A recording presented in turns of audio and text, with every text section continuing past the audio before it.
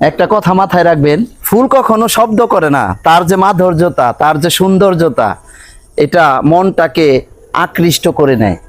আমরা সমাজটা এই ফুলের মতো করি না, আমাদের মনটাকে ফুলের মতো রাখি।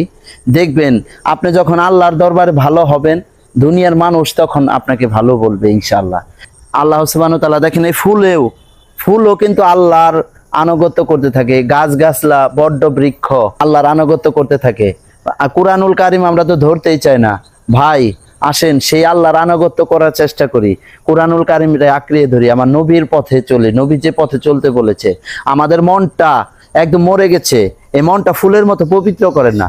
ফুল দেখতেছেন কোনো কথা নাই, আমি টাচ করতেছি তবু আমার কথা শুনছে, শুধু শুধু শুনেই যাচ্ছে।